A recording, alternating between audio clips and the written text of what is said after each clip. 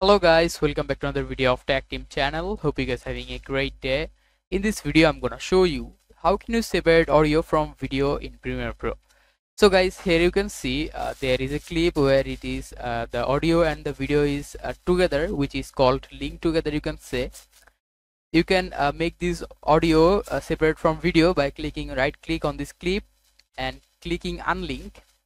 As you can see, both are now unlinked. You can just click on this audio and change it as you like, but there is another easiest way that you can make this audio and video separate. So let's just make it linked together.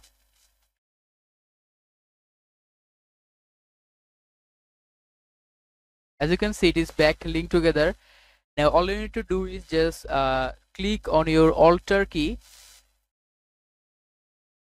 Just click on here empty space and click on your Alt key, and as you can see, you can just click on this clip, any clip you want, and you can just move it, or you can just click on delete to delete it, like this.